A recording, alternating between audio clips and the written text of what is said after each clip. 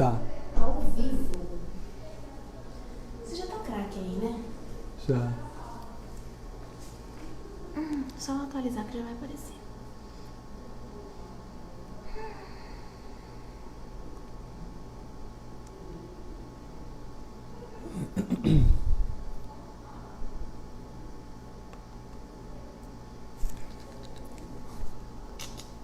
Deixa eu ver se aqui já tá. Vê se tá aí, porque daí eu começo. Isso. Uhum. Eu acho que Também a quantidade de janelas.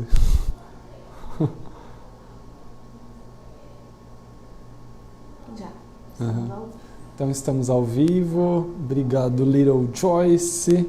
Nada, na primeira hora que atualizar não dá pra abrir já. Tá.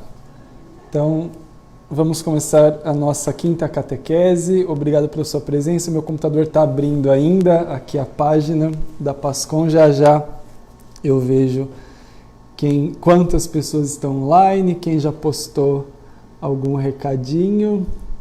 É que o meu computador está bem lentinho, mas nós já estamos no ar. Então, bem-vindo a você. Vamos então para o nosso momento de oração. Esqueci minha imagem de Nossa Senhora hoje, mas a gente vai recorrer a ela, né? Pedir para que a Virgem Maria nos... O quê? Não precisa não. Obrigado. A Joyce perguntou se você queria a imagem de Nossa Senhora, mas não precisa, a gente recorda de qualquer uma das imagens que tem em mente. Então, para que a Virgem Maria ela possa abençoar a nossa noite, abençoar a vida de vocês, abençoar o nosso Brasil, o mundo inteiro, todos nós que estamos passando por essa situação difícil, as pessoas que estão desempregadas, né? Aquelas que estão doentes, pedir para que Jesus, pela intercessão de Nossa Senhora, Ele possa derramar muita graça, muita bênção na vida de todos nós. Em nome do Pai, do Filho e do Espírito Santo. Amém. Ave Maria, cheia de graça, o Senhor é convosco. Bendita sois vós entre as mulheres, bendito é o fruto do vosso ventre, Jesus. Santa Maria, Mãe de Deus, rogai por nós, pecadores, agora e na hora de nossa morte. Amém. Vamos pedir também a luz do Espírito Santo, para que Ele nos auxilie nessa noite, nos dê entendimento, nos dê clareza, abra nossa mente, abra o nosso coração, para que nós tenhamos uma noite frutuosa, para que a graça de Deus se realize na vida de todos nós e nós cada vez mais aprendendo um pouco mais sobre Deus, sobre as coisas de Deus, sobre as verdades, seja da fé, as verdades sobre nós mesmos, que nós possamos ser pessoas melhores, mais semelhantes a Ele. Rezemos juntos. Vinde, Espírito Santo, enchei os corações dos vossos fiéis e acendei neles o fogo do vosso amor. Enviai o vosso Espírito e tudo será criado, e renovareis a face da terra. Oremos. Deus, que instruístes os corações dos vossos fiéis, com a luz do Espírito Santo, fazei que apreciemos retamente todas as coisas, segundo o mesmo Espírito, e gozemos sempre da sua consolação. Por Cristo, Senhor nosso. Amém. Glória ao Pai, ao Filho e ao Espírito Santo, como era no princípio, agora e sempre. Amém. Temos uma presença ilustríssima. O padre vai passar aqui para dar um oi para nós. Tudo bem? Olá, tudo bem? Vocês estão ótimas, são duas mãos. Tem mais duas aqui, ó, bentas e santas. Obrigado, Padre, Deus o abençoe. Então vamos ver quantas pessoas nós temos aqui. Vamos clicar aqui. Agora está indo, Joyce. O computador está muito lentinho. Tá lento? Tá. 56.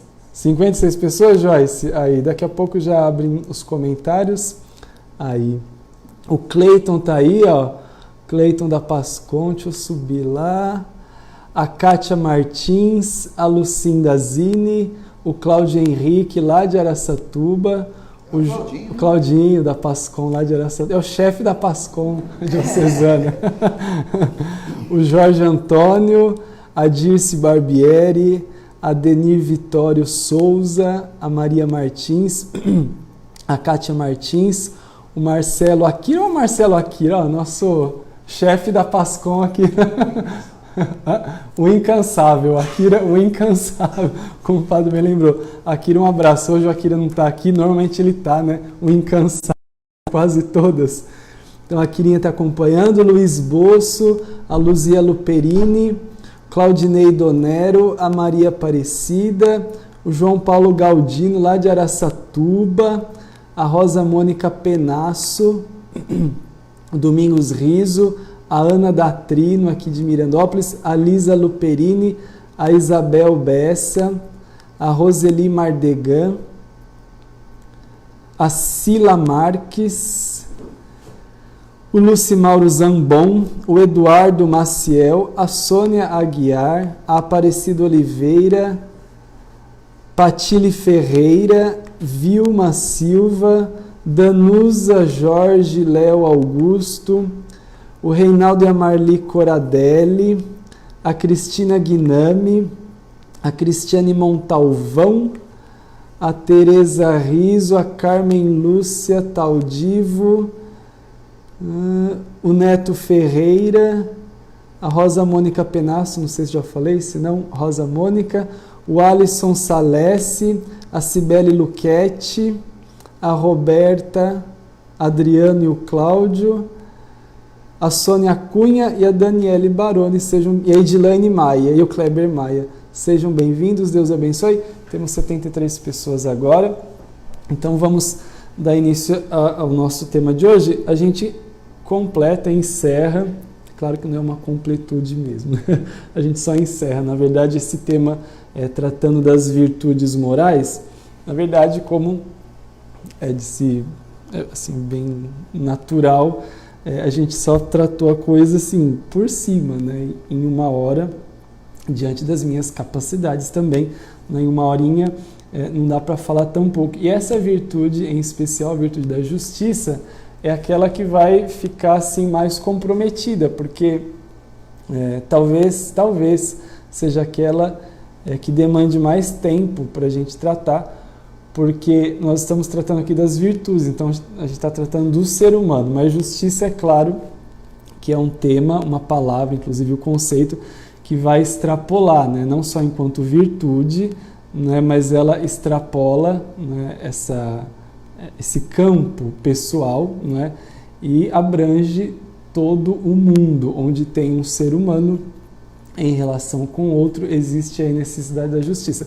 Mas claro que toda a justiça, inclusive todo o ordenamento jurídico, ele vai se fundar, na verdade, aqui no conceito e na própria necessidade desta virtude, né? A gente vai tentar explicar aqui. Então ela vai ficar mais comprometida, a gente vai falar, na verdade, muito pouquinho sobre ela, mas acredito que algo, assim, bastante, se eu conseguir transmitir o que eu pretendo, algo de bastante importante para nós. Então, tratamos de todas as outras, a prudência, a fortaleza, a temperança e agora a justiça. Então, das 4 virtudes morais ou cardeais, mesma coisa, ela é aquela que diz respeito ao campo interpessoal. Então, nós estamos tratando aqui, quando se fala de virtude, necessariamente naquilo que diz respeito para com o outro, né? Então, as outras virtudes, elas são mais pessoais, né?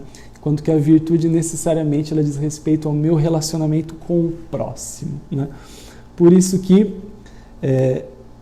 aqui eu vou dar alguns conceitos, nenhum deles esgota o sentido todo, mas todos são complementares, todos são daquele livro que eu recomendei para vocês, do Joseph Pieper, Virtudes Fundamentais, que é um livro muito bom para quem quer um texto assim, bastante abrangente dele, mas eu recomendo também, eu vou pedir para a Joyce postar, ela tem uma fotinha aí, você pode ver no Catecismo da Igreja Católica, a Joyce vai colocar aí agora nos comentários, depois vou até pedir para a Joyce para colocar depois na descrição também, fazendo um favor, ao final, Então você tem aqui também no Catecismo da Igreja vários, não são assim não é uma coisa assim tão longa quanto se você ler aquele livro que eu recomendei, mas são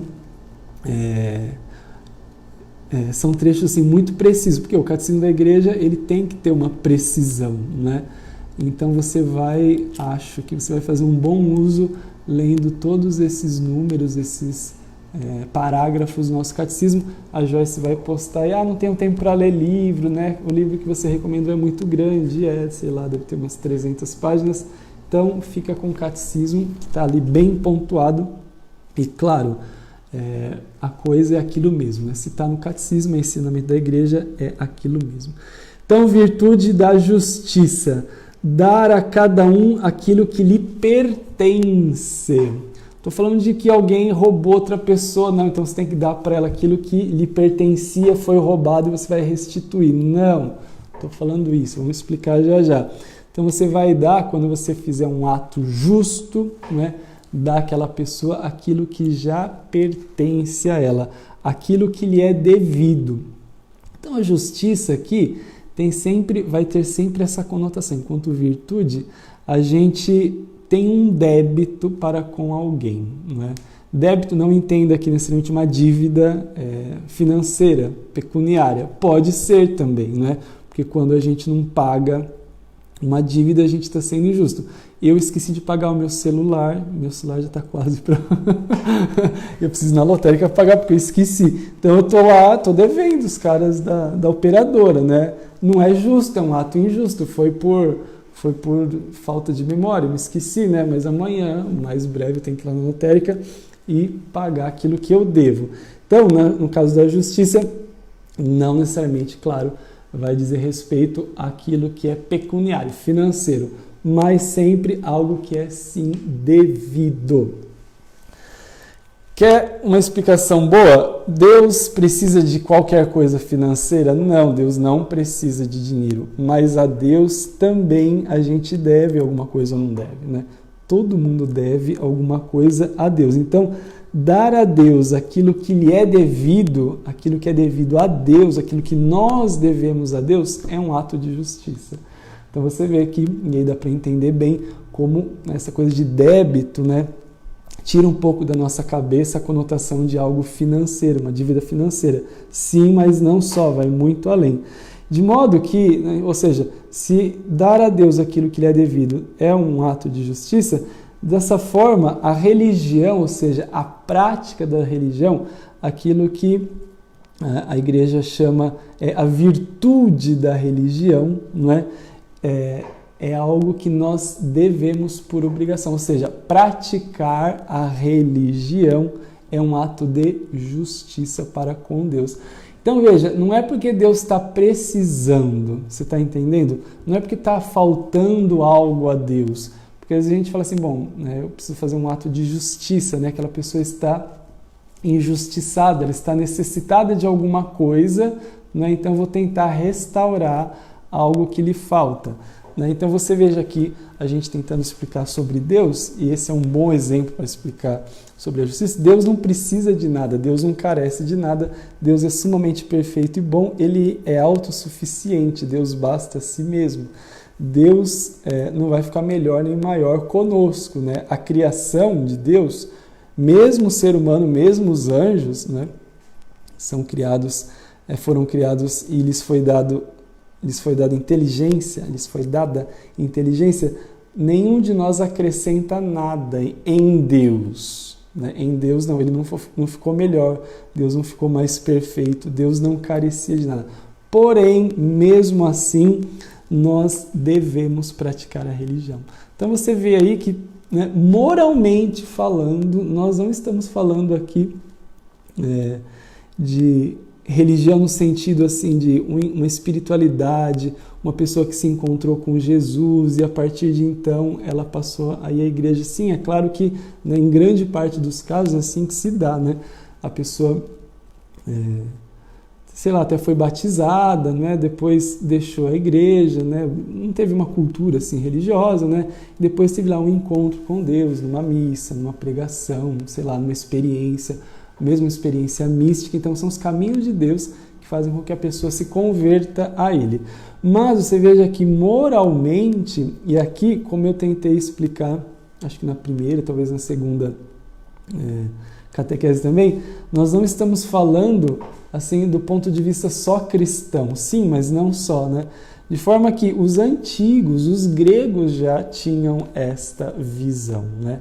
O ser humano, ele é um homem religioso por dever à divindade, por um débito, uma dívida, né? O conceito de Deus, é claro que vai mudar de religião para religião, né? Somente a religião cristã oferece o conceito, digamos assim, explicação, né? Se a gente pode colocar assim, melhor acerca de quem Deus é, porque Jesus se revela enquanto Deus e revela o Pai, melhor, porque já era revelado, e revela o Espírito Santo. Então, claro que na religião cristã a gente tem uma totalidade maior, digamos assim, totalidade maior não existe, né? Uma abrangência maior, né? Mais precisa a coisa aqui, acerca de quem Deus é, mas mesmo assim, né, esse dever, né, de oferecer a um Deus qualquer um ato de religião, ele perpassa várias religiões. Então você veja que o ato de culto, né, o ato de culto, ele é devido, ele é uma normativa, um mandamento não só para nós, mas para tantas outras religiões, né? Que não seja um mandamento, é um mandamento da igreja, saiba disso, né? A igreja tem os 10 mandamentos, né, o decálogo, e tem mais os 5, né, mandamentos que são da igreja. E um deles é participar da missa, né, todos os domingos e dias de guarda. Isso não é uma orientação, isso não é uma sugestão, isso não é assim um ensinamento só, isso é uma obrigação. Por quê? Veja aí, não estamos falando de religião ainda, mas aqui, moralmente falando, né, a gente deve isso a Deus, porque, vou tentar explicar aqui já, é próprio do ser que recebe. Embora Deus não necessite de nada, né, é intrínseco ao ser de Deus que ele mereça ser cultuado. E é intrínseco a mim, devendo, né, a Deus a minha vida, a graça, tudo aquilo que você conheceu de bom, de maravilhoso na igreja. Né? Vê quanta coisa aí você que é de igreja, quanta coisa você já participou, quanta graça você não experimentou, né? Sei lá, uma vez que você de repente estava muito necessitado, em uma situação conflituosa, você foi lá conversar com um padre, né? Ou você se confessou com um padre, ou então você não ia muito tempo, fazia muito tempo que não ia à missa, você vai lá na missa e tem aquela experiência, né, profunda com Deus, numa missa ou num retiro, sei lá, né? Então, quantas graças a gente já não recebeu de Deus, né? Incontáveis. Então, mais ainda, nós que somos cristãos católicos, a gente tem esse dever aí talvez até maior do que pessoas de outras religiões. Por quê? Porque a graça de Deus para a nossa vida é maior, né? Não que as outras pessoas de outras religiões não tenham capacidade, não sejam merecedoras. Vejam, não se trata disso. É porque a graça de Deus para nós é maior. O próprio fato de a gente ter, por exemplo, né, como eu já mostrei, o catecismo, que são ensinamentos acerca das verdades da nossa fé. Quem nos deu isso? A igreja, né? Deus por meio da igreja, né? Então, nós temos o catecismo, outras religiões não têm. E a verdade está aqui, né? Revelada por Deus, né? Entendida pela igreja, meditada pela igreja, ensinada pela igreja, mas aqui estão as verdades. Então, é claro que nós temos um corpo maior, né? É claro que a nossa dívida acaba sendo maior com Deus, é muita graça. Então você veja aqui, praticar a religião é uma virtude. Por quê? Porque a gente deve isso a Deus. Embora não precise, nós devemos. Santo Tomás de Aquino fala que a virtude da justiça é um hábito, ou seja, uma atitude, né? Em virtude da qual se quer, né? Em virtude da qual a gente, cada um de nós querer, constante e firmemente dar a cada um aquilo a que essa pessoa tem direito, né? Então veja,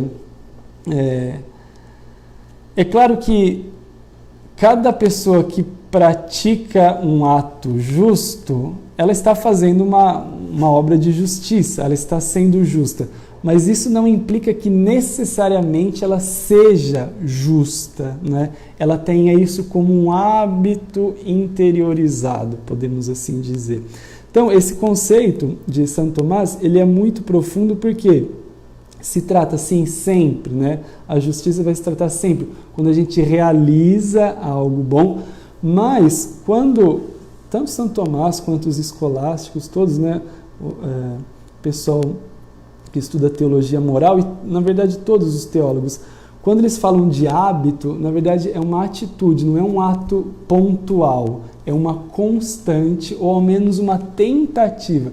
Então, uma pessoa que pratica um ato justo, ela foi justa naquele ato praticado, mas não necessariamente ela vai ser uma pessoa justa, né? O homem justo, segundo Santo Tomás de Aquino, é aquele que quer, né? Então, também envolve aí a vontade. A pessoa quer com constância e firmeza, ou seja, constantemente, firmemente, dar ao outro aquilo que é devido ao outro. Então, nós que somos cristãos, e agora sim, falando do ponto de vista cristão, nós temos isso conosco, né? Muito entronizado, segundo ao menos os ensinamentos da igreja, né? A gente deve, né, tratar as pessoas como elas devem ser tratadas. Nós devemos à pessoa, ao outro, qualquer outro, né, aquilo que lhe é devido. Então, quando você tem isso consigo, entronizado, né, que está explicitado mais ou menos naquela frase, fazer o bem sem olhar a quem, né? Tem pessoas, você vê, a pessoa ela nem é assim religiosa mesmo, de frequentar uma igreja, uma religião, tal, mas ela tem com ela certos valores e a pessoa fala assim, eu faço bem, né? É claro que ela deveria ir para a igreja também, tal, mas usando um exemplo muito típico, você deve conhecer alguém desse tipo. O cara nem vai na igreja, mas é uma pessoa boa, assim, né? Uma pessoa reta, uma pessoa assim, correta, honesta, e ela busca ser justa, né? Então, essa frase, ela condensa, né, o entendimento de muitas pessoas que mesmo que não tenham assim, um aporte formal da igreja, eles têm intrínseco, não, eles têm entronizado neles essa máxima, né? Um princípio de vida, a gente pode dizer, eu vou fazer o bem, não importa quem, né? Ou seja, eu não vou escolher a quem eu vou fazer o bem, eu não vou favorecer uns em detrimento de outros, né? O bem deve ser feito, né, quem quer que seja. Então, na verdade, é isso. Para a gente entender essa frase de Santo Tomás, que reza isso daí, né? O homem justo, não o homem que fez uma ação justa só, mas o homem virtuoso, o homem justo, é aquele que busca, ou seja, ele quer com constância e firmeza dar a outro aquilo que é devido, tá? Então, assim, por mais que a justiça, sim, ela seja a virtude que necessariamente vai se manifestar num ato, né? Ou seja, não dá para saber se o cara é justo, se ele nunca... Ele pode ter esse desejo, esse anseio de ser justo, mas se o cara nunca fez um ato de justiça, então, embora ele deseje, queira, se ele nunca realizou um ato de justiça, também ele pode ser, né? Ou se ele realiza um ou outro ato, ele quer, mas não consegue fazer um ato de justiça. Então, na verdade, também não dá para dizer que ele seja justo, né? Necessariamente a virtude da justiça, ela está na lida com as pessoas, na relação com o outro. E então a virtude da justiça, ela não é que ela nos ajuda, acaba nos ajudando, sim, nessa distinção entre aquilo que é o próprio, meu, e aquilo que é o alheio, né? Aquilo que é do outro, né? Então isso precisa ser muito claro para nós, na verdade não para vocês, né?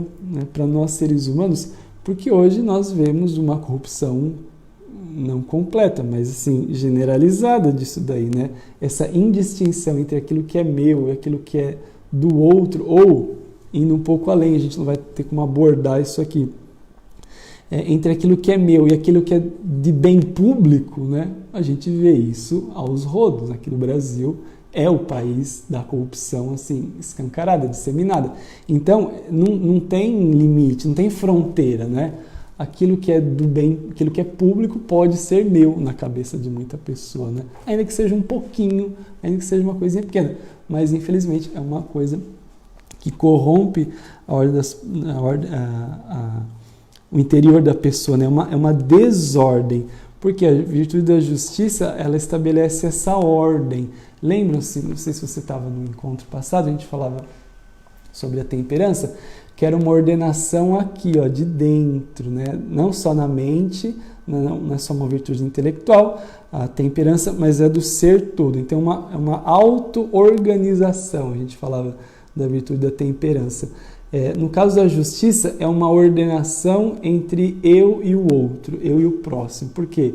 Há algo que lhe é próprio e há algo que me é próprio. Tá? Então, estabelecer essa ordem por princípio de vida, poxa, quem tem isso claro, você já tem meio caminho andado, né? Agora, quem não tem dentro de si, não tem essa fronteira, não existe, né? Então, a pessoa pode tomar e achar que é natural, né? Tomar aquilo que não lhe pertence, por exemplo, ao bem comum e dar a ela aquilo que é do outro. Uma perversão completa da justiça. Mais um conceito agora de Santo Agostinho. A gente citou aqui durante esses encontros vários trechos, alguns, né, de Santo Tomás, mas Santo Agostinho, os dois são talvez os mais conhecidos, acho que sim, os mais conhecidos teólogos, né, da igreja, Santo Agostinho e Santo Tomás de Aquino. Acho que eu não falei, não fiz nenhuma citação dele até agora. Então, Santo Agostinho diz que a justiça é aquela ordem das almas.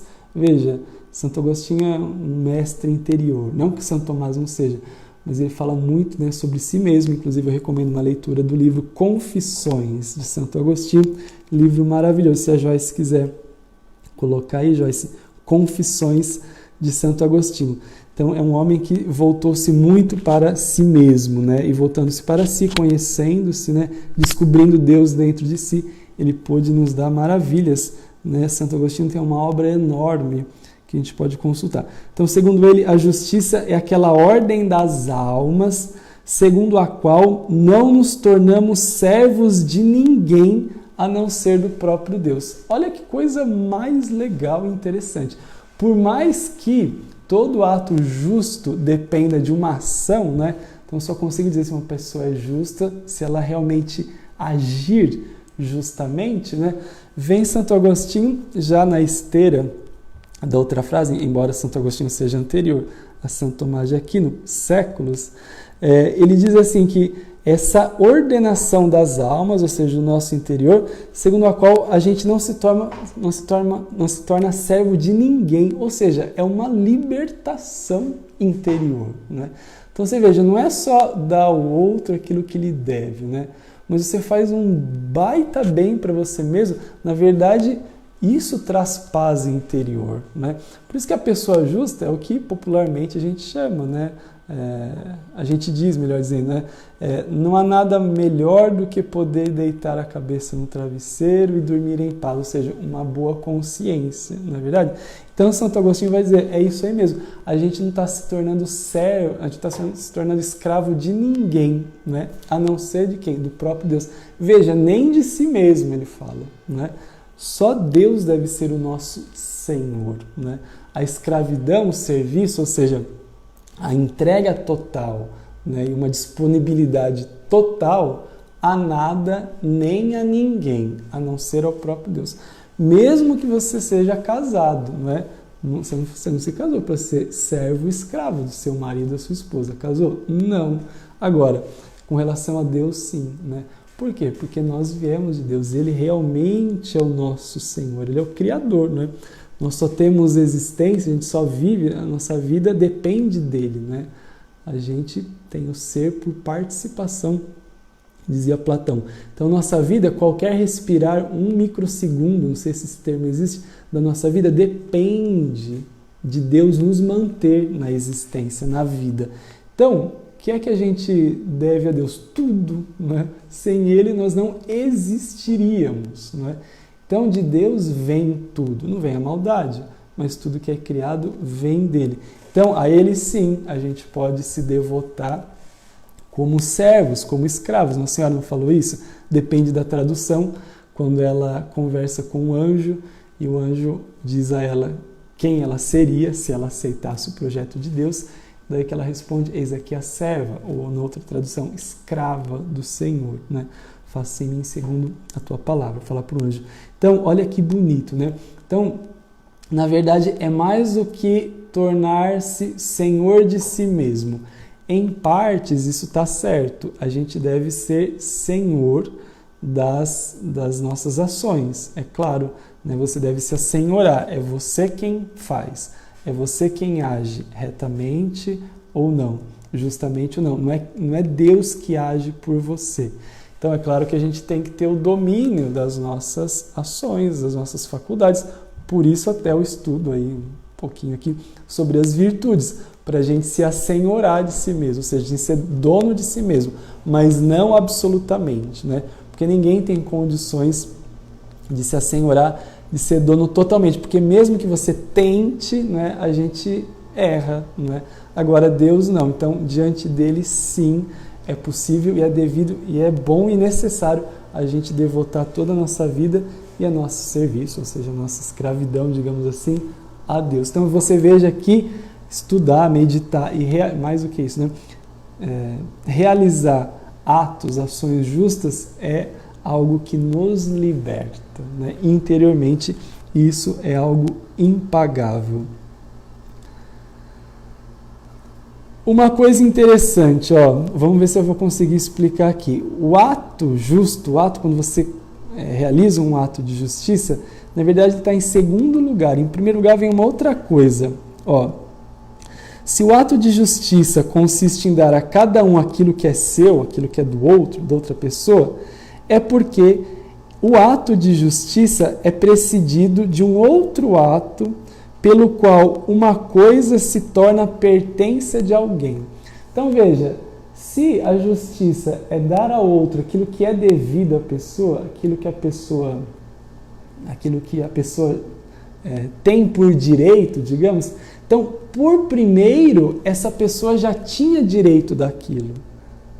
Não sei se eu consegui me explicar. Porque senão, você vai se tornar o juiz. Bom, eu devo isso a ela e aquilo eu não devo a ela. Então, o senhor da coisa, o juiz é você. Na verdade, não. O ato justo, ele depende de uma coisa anterior, que é, eu sei, não é que eu decido, mas eu sei que aquela pessoa já tem por direito algo. E eu não estou falando aqui de direitos adquiridos, eu vou tentar explicar isso já já. Não é aqueles direitos adquiridos, por exemplo, sei lá, a CLT, não é? A consolidação das leis trabalhistas, o C eu não lembro o que significa. Então, assim, são direitos adquiridos aí e tal, o pessoal briga, né? Às vezes para mudar um artigo e tal, não sei o quê. São debates. Não estou falando desses direitos. Estou falando, embora haja coisas importantes, é evidente, mas eu estou falando de outros direitos fundamentais da pessoa. Então, para exemplificar aqui, para tentar clarear, né, eu tenho direito ou não de abortar um feto, ainda que eu não fosse uma pessoa religiosa e não tivesse o aporte, o ensinamento da doutrina da igreja, né? Se eu fosse um homem assim, simplesmente que buscasse a verdade das coisas, não conhecesse Deus ainda, mas conhecesse, sei lá, um pouco de filosofia, alguns estudos de humanidades, e aí, como é que eu sairia deste questionamento? Eu posso abortar uma pessoa? Eu tenho o direito de abortar um nenenzinho no útero da mãe? Sim ou não? E se sim, suponhamos, se alguém chegar, não, pode, a partir de quantos meses, a partir de quantos dias, né? Então, veja, essa questão dos direitos aqui são coisas assim inalienáveis que todo ser humano tem, portanto eu devo isso a ele. Então, todo ser humano tem direito à vida, não tem? Tem. Então, mais ainda, uma criancinha indefesa com 1 minuto ou 9 meses de gestação, né? Ela tem o mesmo direito de viver. E eu não sou isso, eu não sou juiz da vida dela. É um direito que lhe é próprio. Então, a vida daquele bebezinho de 1 dia, 1 mês ou 9 meses, a vida lhe pertence. Portanto, é um ato justo, né, se eu sou uma mãe grávida ou um pai, mantê-lo na barriga da mãe até que ele nasça, né, e fazer todos os esforços depois para mantê-lo na vida. Por isso que os pais e as mães que têm a cabeça no lugar cuidam dos seus filhos, né, como assim, com aquele amor que sai das entranhas do coração, né, das vísceras, podemos dizer assim, né, aquele amor materno que se aproxima, talvez mais dentre todos os amores, quem sabe, aquele que mais se aproxima do amor de Deus, né? Então você cuidar daquela pessoa, né, não só assim na gravidez, mas ao longo da vida dela, até quando ela crescer pelo menos, né, poder se cuidar, casar e tal. Então veja, o direito que aquela criancinha tem no útero da mãe, quem que deu esse direito? Foi a Constituição brasileira? Foi a Constituição de outro país? Foram os direitos humanos da ONU? Sei lá, não.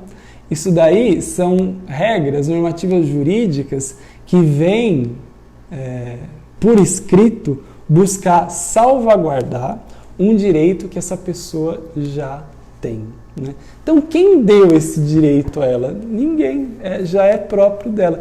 Então, você veja que essa questão de a gente tratar sobre a justiça é uma coisa que parece, um primeiramente assim, muito teórico, mas não é. A gente tá, e todas as virtudes, na verdade, né? É que a justiça, a coisa fica mais nítida, porque sempre como eu já disse, para verificar se uma coisa é justa ou não, é sempre um ato exterior que pode ser julgado objetivamente. No caso das outras 3 virtudes, não.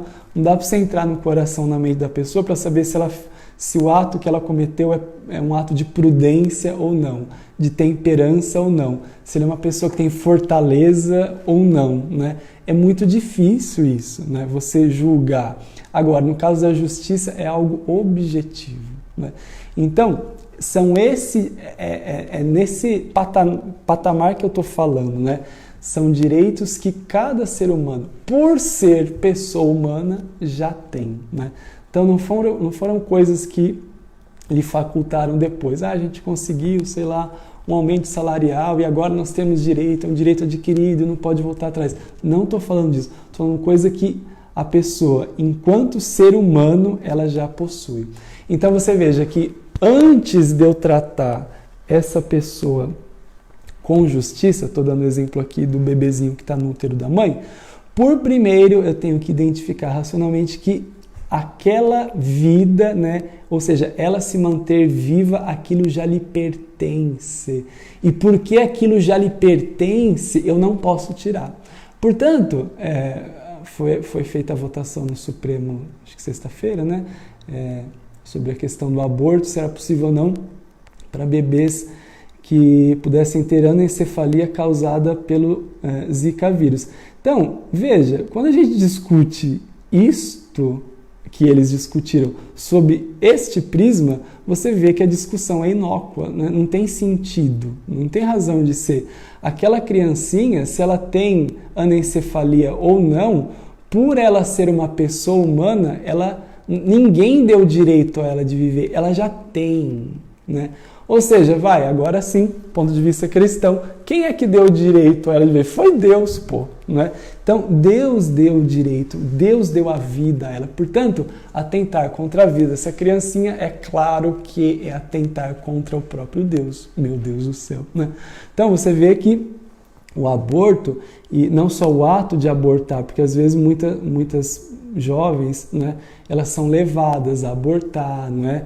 Às vezes tem coação, então é claro que isso atenua o crime, né? A gravidade de todos esses condicionamentos atenuam a gravidade de um ato ou tornam ele, né, mais grave ainda. São atenuantes ou agravantes.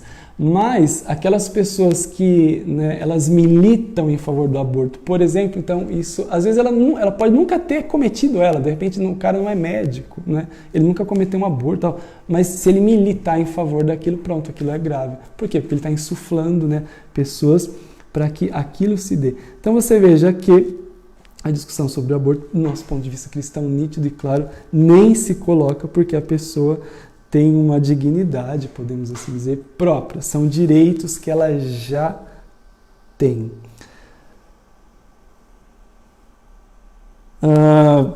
É claro que isso vai também extrapolar para outros campos. Tem direitos que são adquiridos, e a gente nem precisa falar aqui de CLT ou dos funcionários públicos. Quando vem um cara e se oferece na sua casa, na minha casa, deixa eu roçar aí o quintal, deixa eu capinar, não sei o que, podar a grama, não sei o que, você combina um valor, combina que vai pagar, tal. Pronto, ali sim ele já tem um direito adquirido. No quê? Num contrato, você fez um contrato tácito, não assinou nada, né? Não tem nada por escrito, mas vocês não combinaram? Sim, a gente combinou. Então pronto, aquilo já gerou um direito, né? Então daquele ponto, sim, a gente pode entender aqui como um direito adquirido. Como? Pelo trabalho do cara. Na verdade, antes até do trabalho, vocês já combinaram, né? Então, se o cara trabalhar, fizer o serviço conforme como foi combinado, né? Conforme foi combinado, sei lá, de repente se estabelece o tamanho que você quer da grama. Se você podar bem curtinho minha grama, aí eu pago uma grana maior para você. Então, claro que aquilo gera um direito. Então, não é um direito intrínseco, como o outro que eu dei, o exemplo, né? Mas também é um direito. E também estamos dizendo aqui de justiça, né? Tá? Então, você veja que a justiça, ela começa desde lá daqueles direitos fundamentais inalienáveis, que são próprios de qualquer ser humano, qualquer pessoa, né? E vão até as coisas mais cotidianas, as relações comuns. A um animal pode ser facultado esse mesmo direito? Não, na verdade não. Ele não tem, por ele não ser pessoa, isso não, claro, não abre uma prerrogativa para a gente bater nos animais, maltratá-los. É claro que não. Mas um animal ele não possui o mesmo status, né? A gente poderia aqui dizer status ontológico, ou seja, daquilo que ele é na sua essência, né? Ele não tem uma alma espiritual, não é um ser espiritual como nós. Então, o animal, por mais que ele deva ser respeitado enquanto tal, não como um ser humano, não dá para equiparar. Tanto que a gente come os animais, né? A gente mata o boi, eu tenho muita dó do boi, eu tenho dó, mas vai, né? Fazer o quê? Na verdade, eu sinto muita dó mesmo, né? Mas a gente se alimenta deles. Então, eles não gozam do mesmo direito, né? Não dá para equiparar as coisas, né? Por quê? Porque existe algo que foi dado por Deus. Deus me criou imagem e semelhança dele, né? Ao animal, não. Santo Agostinho fazia distinção. Todas as criaturas, todas vestigia Dei, ou seja, elas são vestígios, rastros de Deus, né? Agora, o ser humano não. Imago Dei é o ser humano. Ele é a imagem de Deus. Com o pecado, a gente perdeu, né, a nossa semelhança, mas não a nossa imagem de Deus, né? Então, você veja, o ser humano ele goza de um status realmente diferenciado. Tem um trecho do Livro da Sabedoria, não vou saber onde está isso. E mais ou menos vai depender um pouco da tradução, mas diz mais ou menos assim: Deus trata os seres humanos com respeito, né? Veja, esse respeito aqui é muito profundo, né? Deus, ele realmente é bem óbvio, né? Mas é de se pensar sobre isso. Por mais que Deus seja onipotente, todo-poderoso, não precise de nada de nós, né? Ele tem, como é que eu vou colocar aqui? Um amor pela sua criação. E um amor, claro, de predileção pelo ser humano, que do mundo material, né, exceto os anjos, do mundo material, o ser humano é a criatura mais excelente, né? Então, Deus ele trata o ser humano com esse respeito. Não chega a ser uma devoção, né? Mas a gente pode dizer que seria como que um exercício da paternidade, né?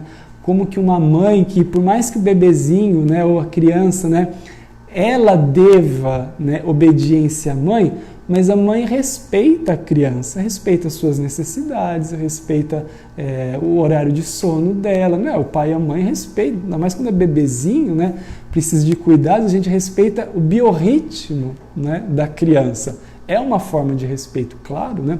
E mesmo quando adultos, né, às vezes até respeita demais, né? Também não pode, mas respeita, né, aquilo que é próprio do filho, né? Então, nesse sentido, mais ou menos, para tentar explicar, Deus respeita o ser humano. Então, muito bonito, né? Muito bonito, embora, claro, toda a criação seja amada e de alguma forma, coloquemos aí, tá? Mais ou menos, respeitada por Deus. Deus ama tudo que Ele fez, né? Porque Deus faz tudo por amor, Ele é amor. Então, aquilo que se sobressai, ou seja, aquele melhor que se sobressai, somos nós. Então, nós gozamos de uma categoria, não é bem isso, já vai chegar o termo aqui, nós somos seres realmente especiais, tá? Uma dignidade especial. Deixa eu só ver enquanto isso, quem está por aqui, dá mais uns ois para vocês, temos aí 79 pessoas, a Joyce está aqui, já colocou em PDF, você pôs a Suma, que legal, o que você pôs? A Suma inteira? Não. O livro? Suma Teológica? Nossa, que... de Santo Agostinho, ótimo, muito bom, a Joyce já postou. Então tá aqui a Cleusa Pereira, Marlene Lena Reis, a Vera Muniz, a Cila Marques, a Maria Aparecida Soares, a Neuza Lima, falei? A Tereza Guimarães, a Sueli Palota, e Sueli lá de Guaraçaí, não é? Isso. A Inês Molina, a Luzia, deixa eu voltar aqui, fugiu, a Luzia Bertuzzo, a Roseli Mardegan já tinha visto, a Edilaine Maia, a Fabiana Furlan, a Célia Terezinha, a Maria Marini, o Pedro Marini, a Maria Taide, a Maria Aparecida Soares, a Adriana Ferreira, o Antônio Valério, o Anderson Servilha, lá de Assis, lá de longe, um abraço, meu velho, meu amigão do coração, a Neuza Lima, a Valdira Martins, a Fernanda Marques, a Carmen Lúcia Taldivo, a Cila Marques, eu já falei, a Marlene Guinami. Acho que falei todos os que estão aqui. Vamos seguir. Se você tiver alguma dúvida, então, tá? Deixa aí a sua dúvida, a sua pergunta. É melhor a gente fazer isso no finalzinho. Vai guardando aí, que aí no final a gente tenta responder. O José Alves, lá de Birigui, abração. O Vitor Prado, seminarista lá de Andradina. Aí, Vitor, um abraço. A Sonali, Sonali, tá sumida, hein, Sonali? Lá de Valparaíso. O Luiz Vieira Silva, o Guilherme Félix, a Angelita Franciose. Isso. Um abraço carinhoso para todos vocês. Então, tenta deixar, se tiver alguma pergunta, deixa para o final que vai ser mais fácil, porque depois os comentários vão engolindo uns aos outros, né, Joyce? E aí a gente não consegue chegar. Nossa, 8h20, tá tarde. Vamos seguir mais um pouquinho, falar mais uns minutinhos aí, antes das perguntas, se vocês tiverem. Bom, já tratei aqui que um direito pode ser adquirido por qualquer tipo de... Aqui só para especificar melhor, né? Uma convenção, um contrato, uma promessa, uma disposição legal, um matrimônio, né? O matrimônio é um consórcio. Não é o termo mais próprio, mas é um termo correlato e parcial, faz parte do conceito total de matrimônio. O matrimônio é um contrato, né?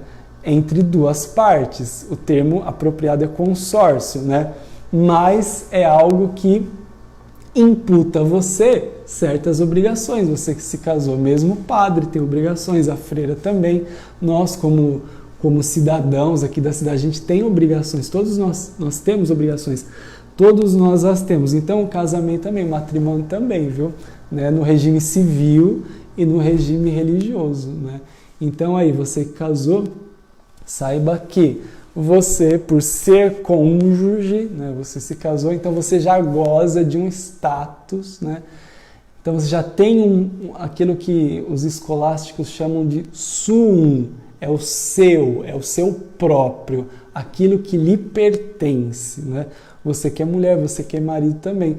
Por isso que São Paulo ele vai dar uma orientada no pessoal que estava mais ou menos assim, tá?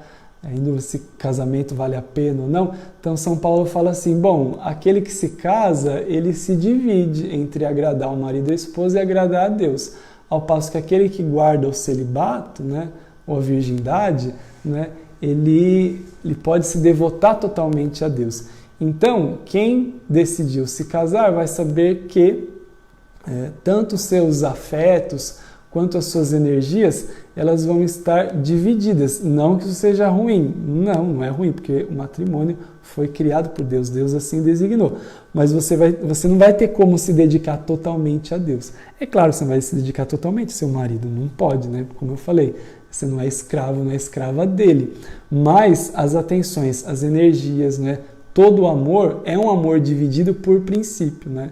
Sim, a Deus, você tem que amar a Deus acima do seu marido, sobretudo sua esposa, mas você tem que amar a sua esposa, seu marido.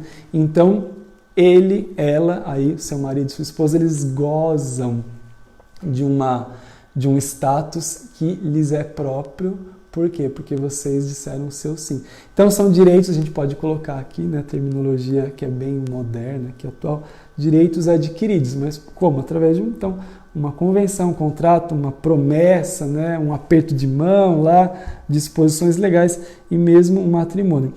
Ao passo que, como eu já disse, tem aqueles direitos que são fundamentais da pessoa humana. Uma coisa muito interessante é o seguinte, e Sócrates dizia isso. Vocês sabem que Sócrates, ele foi condenado à morte, ele tomou cicuta, né, tomou veneno, porque ele entendeu que aquilo era justo diante da sociedade grega. Não é para ninguém fazer isso, pelo amor de Deus, nem achar que isso seja certo. Mas era um homem que buscava a justiça. Então, Sócrates dizia assim que, por exemplo, assim, se eu tomo uma bofetada no rosto, né? Aqui a gente até lembra de Jesus, né? Ou se alguém me espanca, tal, isso não tira de mim a minha dignidade, né? Mesmo uma situação assim, sendo bem prático, uma humilhação, né? Quantos de nós já não passaram por situações de humilhação dentro de casa, na relação conjugal, né? Na família ou na sociedade, né? Situações em que você realmente se sente ali numa condição vexatória, né? Se sente vergonha daquela situação que lhe imputaram, que cometeram contra você. Então, mesmo em situações assim, Sócrates diz, isso não diminui a minha dignidade, se eu for estapeado, se eu for surrado, se eu for humilhado. Mas isso diminui a dignidade daquele que agiu injustamente, né? Por isso, então, a gente entende o que Jesus diz quando ele fala assim para a gente oferecer outra face, né? Na verdade, não é que está pedindo para quando você apanhar, você continua batendo. Não é isso. Na verdade, o espírito da coisa é esse, né? Nada tira a sua dignidade, né? Nada que você sofre. E aí leia lá o capítulo 5 de Mateus, as bem-aventuranças, né? Bem-aventurados todos aqueles que nessa vida sofrem as piores dificuldades, ou mesmo as piores agruras, as perseguições, como diz Jesus, né? Bem-aventurados vós se vos perseguirem e disserem todo tipo de coisa contra vós, né? Então veja, não é? A paga não vai ser aqui nessa vida, né? Deus promete para a vida eterna, mas a dignidade foi tirada de quem? Foi tirada de quem cometeu o ato injusto. Então, isso deve dar para mim e para você muita tranquilidade no coração, né? Será que se eu fizer tal coisa, será que eu vou ser perseguido? Será que vão me aceitar? Será que vão gostar de mim? Como é que vão me olhar? Qual o conceito que vão ter de mim? Etc, etc, etc e tal. Cria só neurose na cabeça, né? Então, não é nada, nem ninguém, se cometendo qualquer coisa contra mim, isso não tira a minha dignidade, porque eu já tenho enquanto pessoa, né? Então, mesmo em situações de humilhação, aquilo não te deixa por baixo. Você pode, na ordem do afeto, do sentimento, você pode se sentir, né, abaixo, rebaixado, mas, enquanto pessoa, não diminuiu uma vírgula, porque se fosse assim, Jesus teria sido um derrotado. Jesus estava nu na cruz, cuspido, judiado, né, maltratado e preso, né? Ele que é um ser absolutamente livre, né? Deus é libérrimo, né? Totalmente livre, ele estava preso, atado à cruz com pregos e, né, nada foi tirado dele, nada, né? Toda a dignidade, toda a magnanimidade, toda a grandeza, magnanimidade eu acho que nem é um atributo de Deus, então tira fora, né? Tudo aquilo que Deus é, todas as qualidades não diminuíram, né? Mesmo como ser humano, né? Jesus, perfeito homem, perfeito Deus, né? Nada é tirado. Então, meu irmão, isso aqui inclusive veja, o ensinamento dos filósofos. Sócrates nem era católico, não era cristão, não era nada, era pagão grego, né? Então você veja que a sabedoria humana já ensina isso e deve trazer tranquilidade para o coração, né? Não se preocupe, ao menos demasiadamente, com isso, né? Faça aquilo que deve ser feito, né? Evite aquilo que ao menos parece que deve ser evitado. A gente nem sempre tem clareza assim daquilo que é o melhor a ser feito, mas faça aquilo que você entende que deve ser feito. Ah, estou em dúvida. Então busca alguém, busca conhecimento, busca uma orientação, mas busque fazer aquilo que vai deixar, né, a sua consciência tranquila, ou seja, um ato justo. É claro que é um ato justo que vai deixar a nossa consciência tranquila.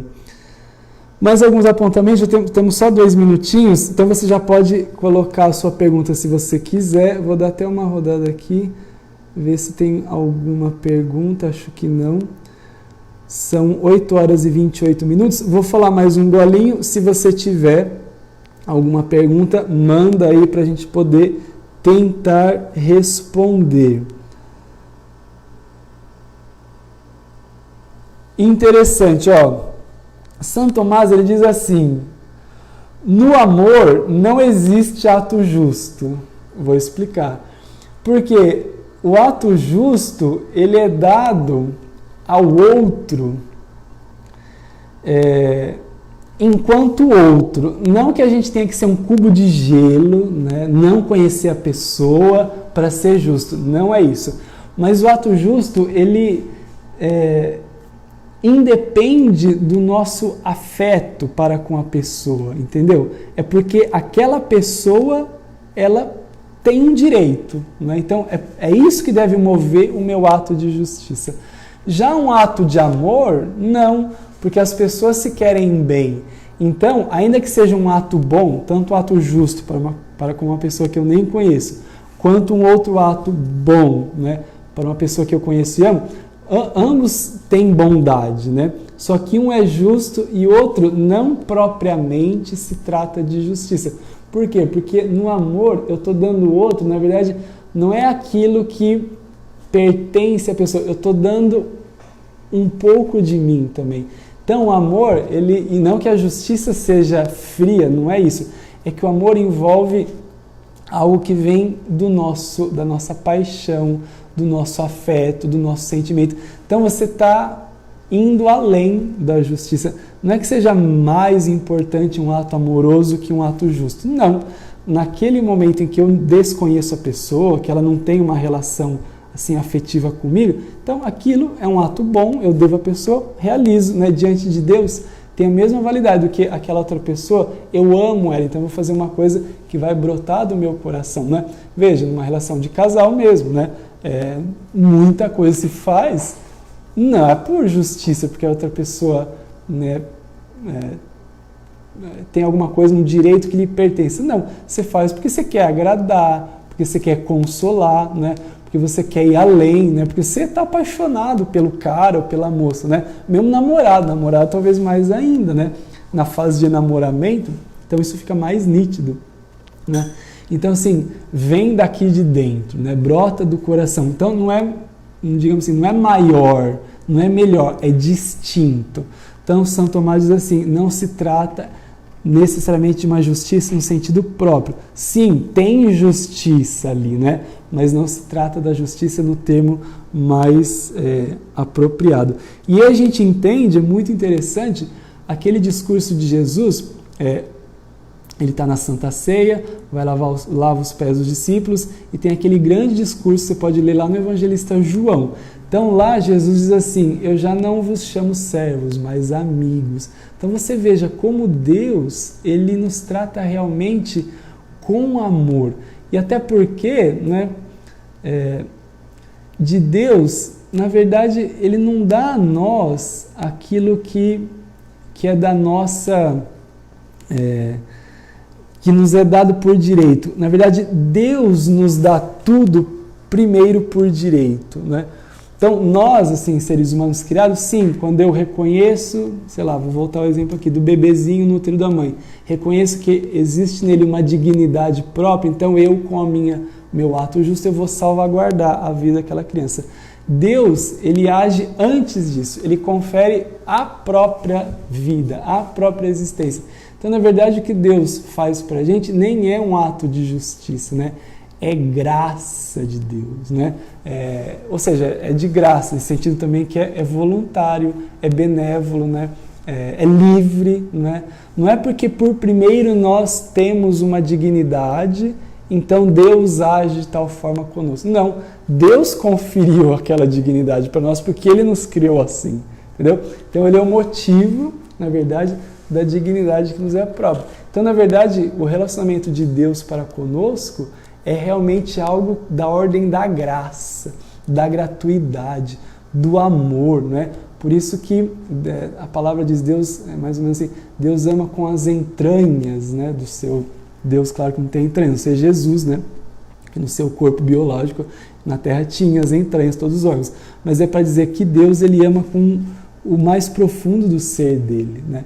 Então, assim, é lindo a gente ouvir isso, entendendo, né, essa distinção entre justiça e amor, e como Deus nos trata sempre e sempre e sempre por amor. Santo Anselmo, ele é contemporâneo de Santo Tomás de Aquino, né? Então ele diz assim, ó, é muito interessante, falando para Deus, né? É o livro dele, Proslógio. Se tu, Deus, falando com Deus, se tu castigas o mal, tu és justo porque é bom para ele. Então, nesse sentido, Deus é justo porque ele faz sempre uma bondade.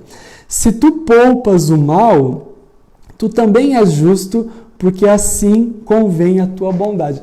Então, todos os atos de Deus, eles são bons, eles são amorosos, indistintamente. Se Deus castiga um e não castiga outro, ambas as pessoas más. Se Deus castiga um e poupa o outro, né, Deus vai ser sempre justo, Deus vai ser sempre amoroso. Nunca em Deus há algo de minimamente distinto daquilo que Ele é. Deus é amor, né, e todos os atos dele são atos de amor. Então, tudo que Deus faz é amoroso, é gracioso, é voluntário, é bom. E neste sentido, e somente neste sentido, é justo, né? Não porque Ele está conferindo algo que nós temos e, portanto, Deus dá. Não, Deus já deu por primeiro a dignidade. Mas quando Ele concede a graça dEle, quando Deus cura uma pessoa, quando Deus converte alguém, quando Deus resolve uma situação na vida, desata um nó, né, da vida da gente. Então, sim, tem essa questão da justiça, mas vai além, né? Santo Anselmo está dizendo assim, que sim, existe justiça na ação de Deus, mas é mais do que isso, né? Não é que é distinto disso, é mais, vai além. Porque Deus é sempre mais, Deus é maravilhoso. Então, olha, nós já temos aqui 5 minutos passados. Se alguém tiver uma pergunta, acho que não, mas eu vou dar uma conferida. Se você não tem dúvida agora, mas você quer me perguntar alguma coisa depois, eu vou passar aqui o meu e-mail, eu já tinha passado outra vez, e vou passar o meu Face também. Devia ter feito isso da outra vez. Então, se você quiser deixar alguma pergunta pelo Face, também deixa lá. Aí o meu e-mail é esse daí, Zé Basqueroto, e o meu Face é o meu próprio nome.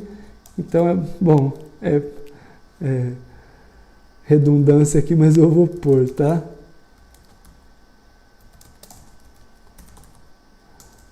Então, São Tomás diz assim, não sei. Ixi, não, pera lá.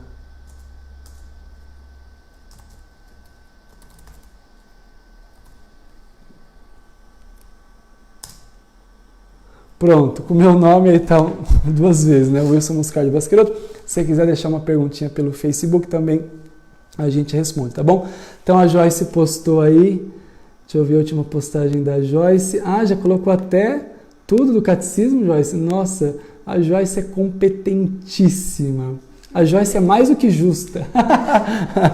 Então legal, Joyce, obrigado.